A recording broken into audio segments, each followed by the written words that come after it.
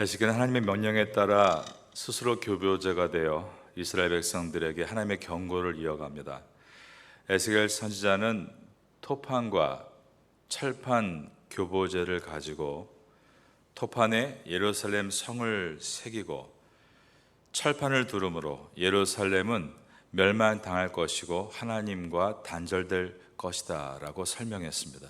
그리고 나서 에스겔 스스로가 교보제가 되어 잘 때 왼쪽으로 장장 390일 동안 누워 자고 오른쪽으로 40일간 누워 잠으로 이스라엘 왕국의 분열 때부터 주전 538년 이스라엘의 포로 귀환 때까지 이스라엘이 받을 징계의 기간이 390년이 될 것을 상징적으로 보여주었습니다. 그리고 주전 586년에 예루살렘 성의 함락 때부터 538년에 포로 귀환 때까지 약 40년을 또한 상징적으로 보여주었습니다.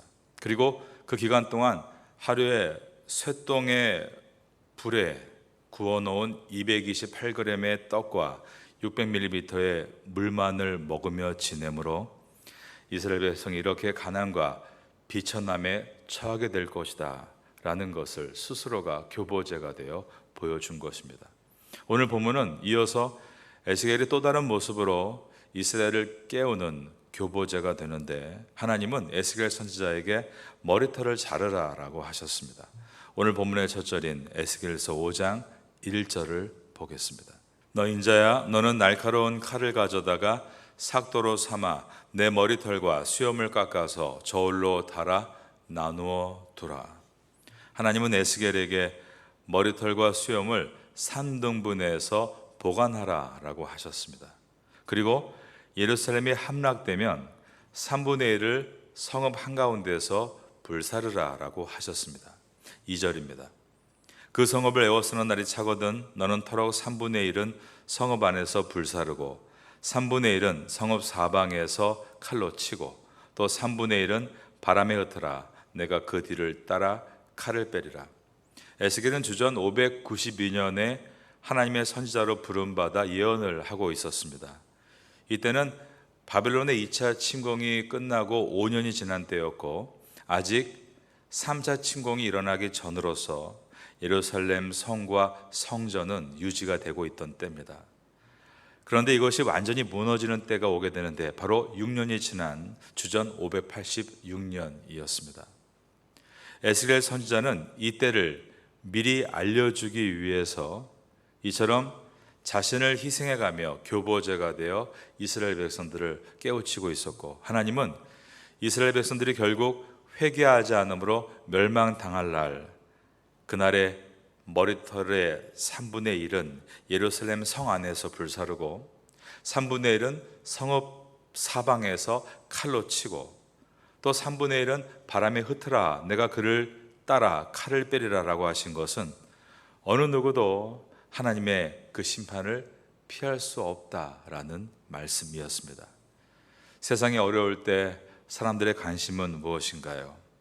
우리가 어떻게 우리 자신을 바르게 돌이켜서 함께 잘 살아볼 것인가가 아니라 어떻게 우리만 이 위기에서 쏙 빠져서 잘 살아갈 수 있을 것인가입니다.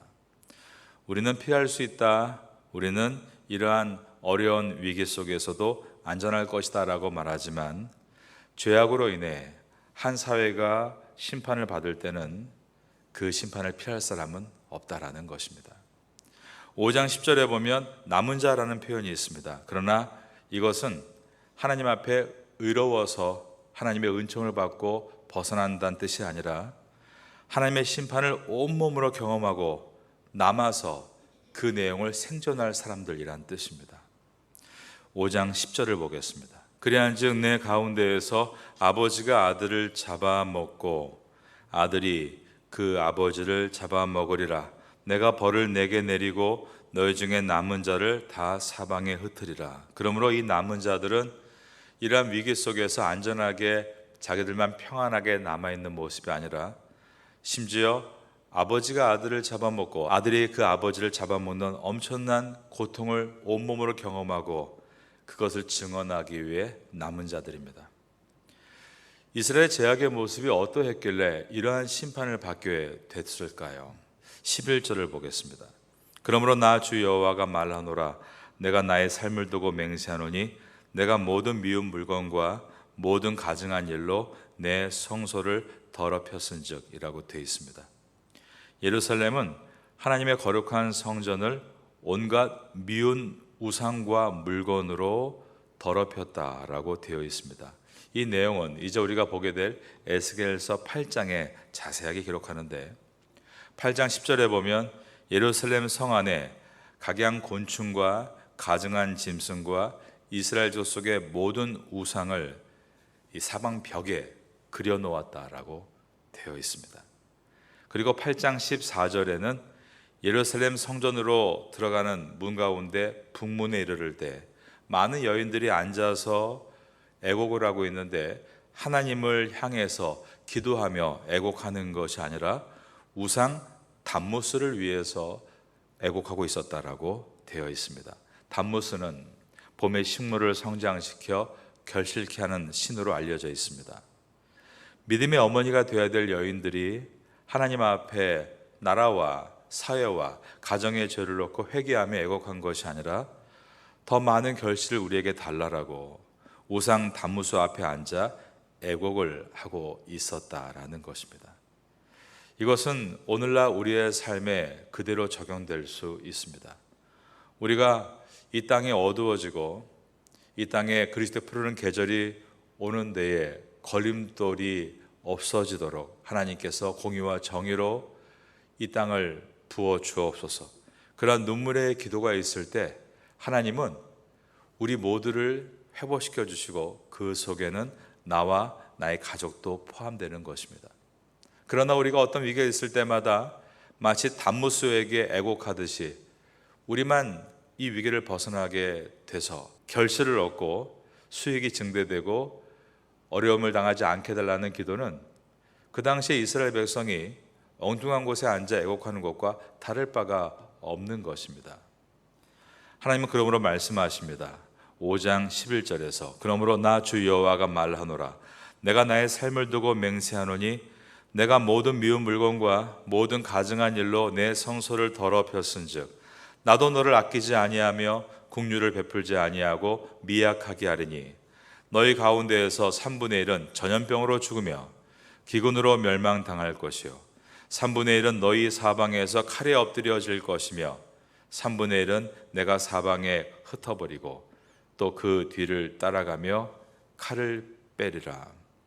이스라엘의 사명은 이방 민족 가운데에서 하나님의 영광을 드러내는 것이었습니다. 하나님이 아브라함을 통해 이스라엘 백성을 가나안 땅에 심겨 놓으신 이유는 그 가나안 땅은 아시아와 유럽과 아프리카가 연결되는 접경 지역이기 때문이었습니다. 그곳을 지나가는 사통 발달한 곳에서 많은 사람들이 하나님이 어떤 분이신가를 보라고 그들을 그곳에 심겨 놓으신 것입니다. 그러므로 이스라엘의 사명은 그곳에서 하나님이 어떤 분이신가를 드러내고 즉 세상의 소금과 빛의 역할을 감당하는 것이었습니다. 하지만 이스라엘은 오히려 이방 민족보다 더 악한 행동을 했다라고 되어 있는 것입니다. 오늘 본문에서 강조하는 문장이 있습니다. 6절에 보면 그를 둘러있는 나라들보다 더하니 라고 했고요 7절에 보면 이방인들보다 더하여 라고 했습니다. 여러분 우리가요 좀 일반 사람보다는 그래도 더 온유하고 더 양보할 수 있고 그리고 어떤 문제가 있으면 완벽할 수 없지만 그래도 법에 맞게 바르게 해 나가야 주변 사람들이 그래도 크리스찬들은 애쓰는구나 그렇게 보게 됩니다. 그런데 우리가 더 아주 짜게 굴고 나쁘게 굴고 양보 안 하려고 하고 뭐든지 어떤 다른 방법을 쓰려고 융통성이 없는 행동을 하게 되면 사람들은 아이고 교회 다니는 사람들이 믿는 사람들이 어떻게 저렇게 세상 사람보다 더하냐 이렇게 말할 때 복음은 닫히게 되는 것입니다. 하나님의 나라 백성들이 주변 나라들보다, 즉 이방인들보다 더 악했다라고 하셨습니다. 그러므로 하나님은 이 예루살렘에게 가족들이 서로를 잡아먹지 않으면 안 될 정도로 전무후무한 기근과 고난을 부으십니다. 5장 9절입니다. 내 모든 가증한 일로 말미암아 내가 전무후무하게 내게 내릴지니라. 그러한즉 내 가운데에서 아버지가 아들을 잡아먹고 아들이 그 아버지를 잡아먹으리라. 이방인들 앞에 수치를 당하게 하시고 그 남은 자를 다 흩어버리시겠다라고 선언하십니다. 10절에 내가 벌을 내리고 너희 중에 남은 자를 다 사방에서 흩으리라 라고 되어 있는 것입니다. 하나님이 이렇게 심판하시는 이유는 바로 그 백성이 하나님을 경외하고 돌아오기를 바라시기 때문입니다. 13절을 보겠습니다. 이와 같이 내 노가 다한즉 그들을 향한 분이 풀려서 내 마음이 가라앉으리라. 내 분이 그들에게 다한즉 나 여호와가 열심으로 말한 줄을 그들이 알리라. 하나님의 신계는 결국 가볍지 않습니다. 예루살렘이 황무해지고 이방인들에게 모욕거리와 조롱거리가 되며 불순종의 결과가 무엇인지를 분명하게 역사는 보여주고 있습니다. 예루살렘 거민들은 기근으로 양식이 떨어지고 사나운 짐승들에게 피해를 당하며 전쟁의 고통을 겪게 될 것이다. 16절과 17절입니다. 내가 멸망하게 하는 기근의 독한 화살을 너희에게 보내되 기근을 더하여 너희가 의뢰하는 양식을 끊을 것이라.